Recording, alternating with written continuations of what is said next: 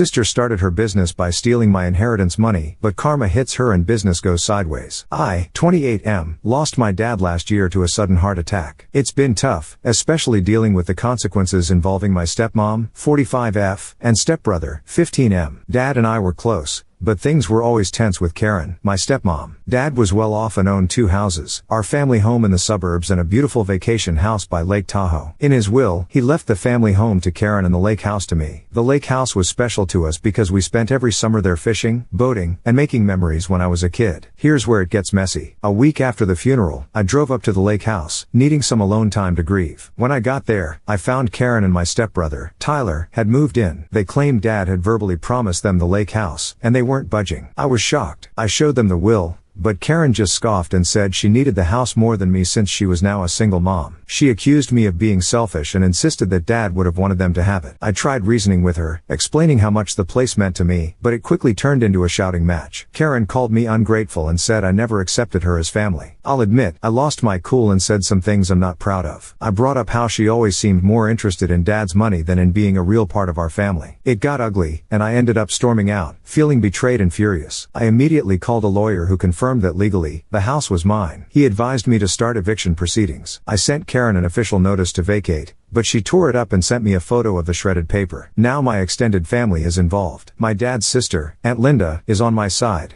saying I'm just claiming what's rightfully mine. But my dad's brother, Uncle Rob, thinks I'm being cruel to a widow and teenager who just lost their husband/father. Karen's been telling everyone that I'm trying to make them homeless, conveniently leaving out the part about them having the family home. I feel like I'm going crazy. Am I the asshole for wanting the house my dad left me? Should I just let them have it to keep the peace? I don't want to hurt Tyler, but I also don't want to give up my inheritance and the place that holds so many memories of my dad. Edit. Thanks for all the responses. To clarify some points. 1. I have my own apartment in the city, so I'm not homeless. 2. Karen and Tyler have the family home to live in. The lake house was meant to be a vacation home. 3. There's no written evidence of Dad verbally promising them the lake house. It's just their word against the official will. Update 1. It's been a month since my original post, and things have gone from bad to worse. I wanted to give you all an update on this ongoing nightmare. After talking with my lawyer, I decided to move forward with the eviction process. I sent Karen a formal eviction notice giving her 30 days to vacate the property. She responded by hiring her own hotshot lawyer and challenging the will in court. Her lawyer is arguing that my dad made verbal promises to Karen about the lake house and that the will doesn't reflect his true final wishes. It's infuriating because I know it's not true, but it's her word against a dead man's. They're trying to paint a picture of my dad as someone who would go back on his word to his son, and it's killing me to see his memory treated this way. The court case is dragging on, and it's bleeding me dry. I'm burning through my savings on legal fees faster than I ever thought possible. Meanwhile, Karen and Tyler are still living it up in the lake house, refusing to budge until the court makes a decision. The family drama has exploded. My aunts and uncles are taking sides, and it's tearing everyone apart. Aunt Linda is firmly in my corner, even offering to help with my legal fees. Uncle Rob, on the other hand, is fully supporting Karen. He's always had a soft spot for her, and I'm starting to wonder if there's more to their relationship than I realized. My cousins are caught in the crossfire, not knowing whose side to take. Family gatherings have become a minefield of tension and passive-aggressive comments. Last Sunday's dinner ended with Aunt Linda throwing a glass of wine in Uncle Rob's face after he called me a heartless money grubber. In the midst of all this, Tyler reached out to me privately. He sent me a long text saying he feels trapped in the middle of this war. He told me he misses the times when we used to get along and wishes everyone could just talk it out. I feel bad for him, I really do, but I can't shake the feeling that Karen might be using him to play on my emotions. I'm starting to doubt everything. Am I being too harsh? Should I just let them have the house to end this nightmare? But then I look at the photos of Dad and me at the lake, and I feel a renewed sense of determination. This isn't just about a house. It's about honoring my dad's wishes and preserving the memories we shared. The stress is taking a toll on every aspect of my life. I've had to take time off work to deal with all the legal meetings and court appearances. My girlfriend, Sarah, is getting frustrated with how consumed I am by this situation. We had a big fight last night when I missed our anniversary dinner because I was on the phone with my lawyer. I'm tired, I'm stressed, and I feel like I'm losing myself in this battle. But I'm also determined to see it through. I know Dad would have wanted me to stand up for myself. I'll update again when there are new developments. Hopefully, the next update will bring some resolution to this mess. Update 2. It's been 3 3 months since my last update, and the situation has taken some wild and unexpected turns. Buckle up, because this is going to be a roller coaster. The court case was moving at a snail's pace, with both sides presenting arguments and evidence. My lawyer was confident we had a strong case based on the clear language in the will. Karen's lawyer kept pushing the verbal agreement angle, but they didn't have any concrete proof. Then, out of nowhere, Karen's lawyer approached us with a settlement offer. They proposed that Karen and Tyler would move out of the lake house, but in return, I would have to pay them a hefty sum as a relocation fee. I was conflicted. On one hand, it would end the legal battle and get them out of the house. On the other hand, it felt like I was being extorted. Why should I pay them to leave a house that was rightfully mine? After much discussion with my lawyer and Aunt Linda, I decided to counter with a lower offer. We went back and forth for weeks, finally agreeing on a sum that was still substantial but wouldn't completely drain my bank account. Just when I thought it was over, Karen pulled her next trick. She went to the local media with her side of the story. A small Lake Tahoe newspaper ran a front-page article painting me as a heartless stepson kicking out a grieving widow and her son. They conveniently left out the part about the family home and the settlement money. The article spread like wildfire. Suddenly, I was getting angry messages from strangers on social media. People I went to high school with were sharing the article, calling me all sorts of names. Even some distant relatives who hadn't bothered to reach out during this whole ordeal suddenly had strong opinions about what a terrible person I was. I felt like I was losing control of the narrative. I considered giving my own interview to tell my side, but my lawyer advised against it. He said engaging with the media could potentially harm our case if it went back to court. In the middle of this media circus, Tyler called me. He was crying, apologizing for the article, saying he had no idea his mom was going to do that. He sounded genuinely distressed about the whole situation. He told me something that made my blood run cold. Karen had started drinking heavily and was becoming verbally abusive towards him. I felt terrible for Tyler, but a part of me also wondered if this was another manipulation tactic. The timing seemed too convenient. But then he said something that changed everything.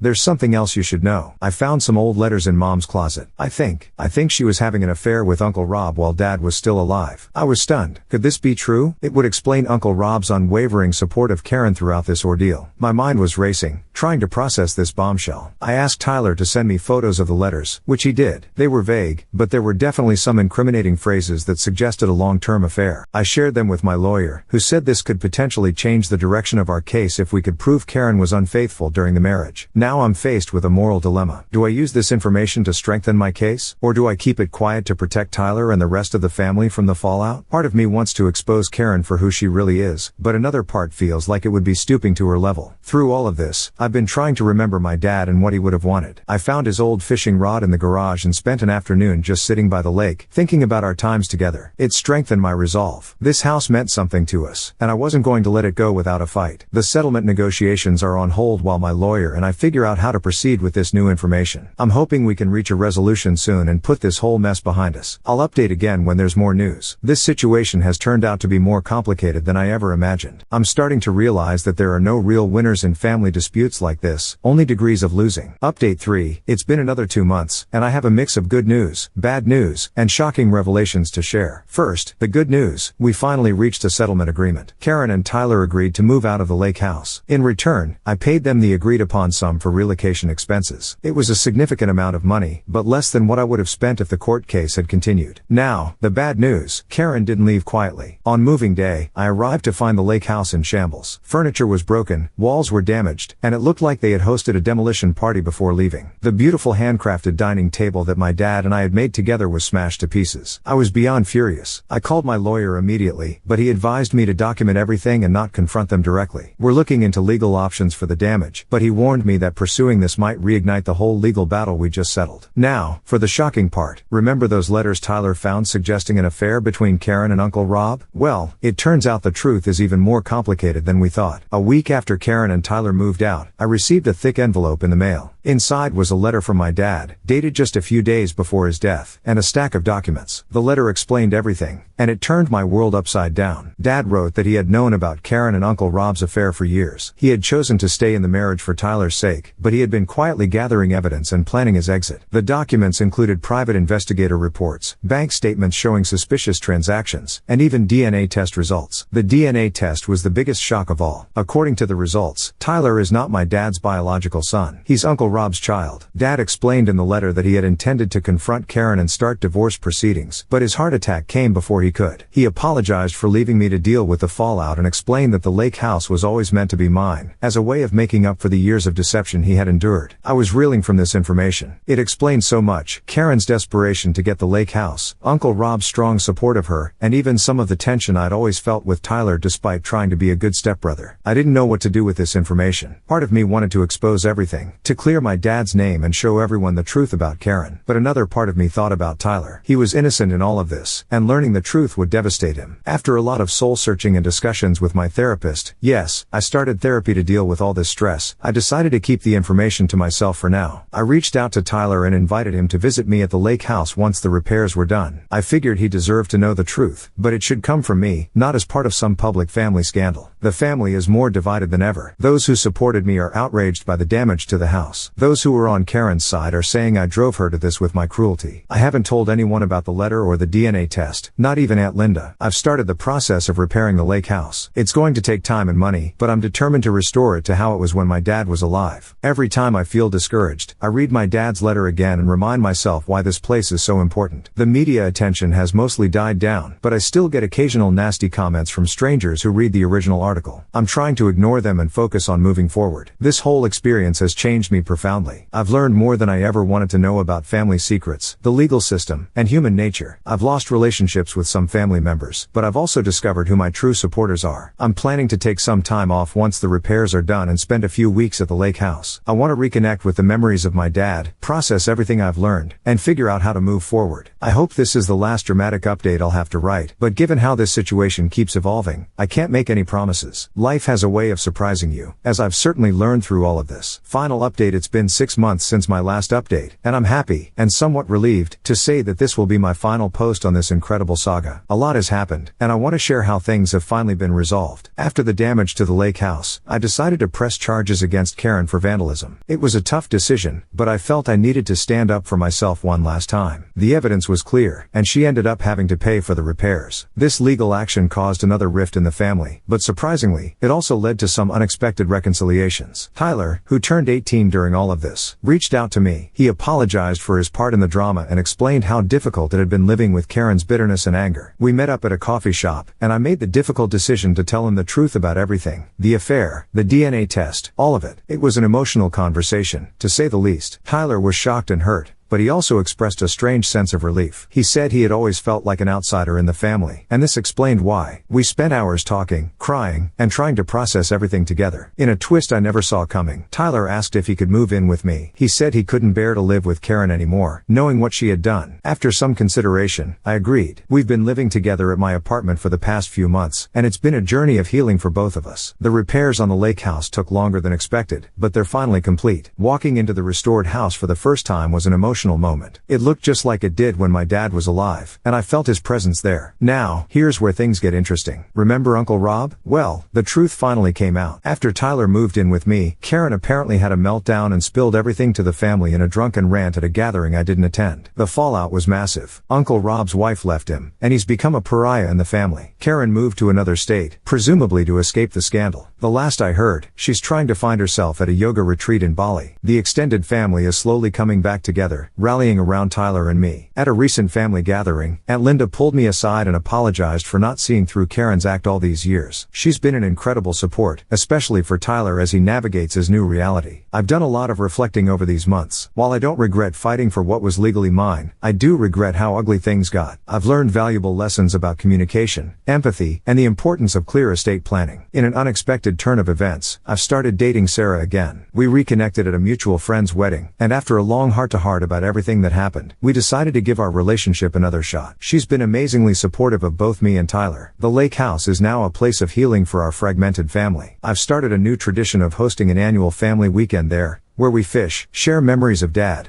and work on rebuilding our relationships.